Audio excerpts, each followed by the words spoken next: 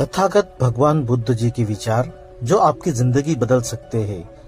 इस channel पे आपको भगवान बुद्ध की कहानियां, सुविचार, विचार देखने को मिलेगी। आप इस चैनल की वीडियो अपने दोस्तों को जरूर शेयर कीजिए, क्योंकि उनकी जिंदगी बदल सकती है भगवान बुद्ध के विचार सुन के। नमो बुद्धाय, जय भीम।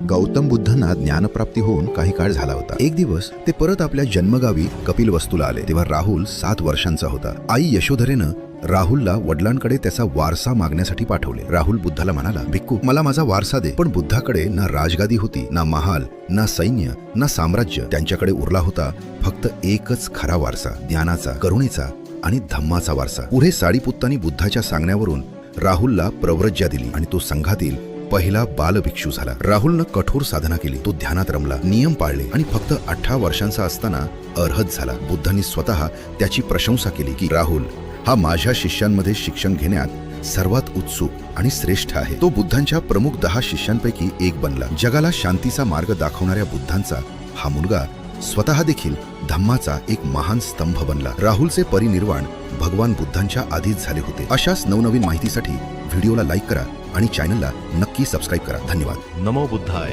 जय भीम मित्रांनो। आज 8 जानेवारी जागतिक बौद्ध धम्म ध्वज दिन। या ध्वजाला पंचशील ध्वज असेही म्हणतात। जगभरातील सर्व बौद्ध संप्रदायांना एकाच छत्राखाली आणण्यासाठी आणि बुद्धांचा शांतीचा संदेश जगाला देण्यासाठी 1885 मध्ये श्रीलंकेत या ध्वजाची निर्मिती झाली। यातील रंगांचे अर्थ निळा मैत्री आणि करुणा, पिवळा मध्यम मार्ग, लाल धम्माचरणाचे आशीर्वाद, पांढरा शुद्धता आणि मुक्ती, केशरी बुद्धांची प्रज्ञा आणि मित्रांनो या 5 रंगांच्या मिश्रणातून तयार होणारा जो 6वा रंग आहे त्याला प्रभास्वर म्हणतात। हे या गोष्टीचे प्रतीक आहे की जगात कितीही विविधता असली तरी सत्य एकच आहे आणि बुद्धांची शिकवण ही साऱ्या विश्वाला व्यापून उरलेली आहे। त्यामुळे मित्रांनो जेव्हा कधी तुम्ही हा ध्वज बघाल तेव्हा आठवण ठेवा की हे फक्त कापड नाही तर तो मैत्री, करुणा, शांती आणि प्रज्ञेचा संदेश आहे। तुम्हा सर्वांना जागतिक बौद्ध धम्म ध्वज दिनाच्या हार्दिक शुभेच्छा। जर तुम्हाला ही माहिती आवडली असेल तर व्हिडिओला लाईक करा आणि आपल्या चॅनलला सबस्क्राइब करायला विसरू नका।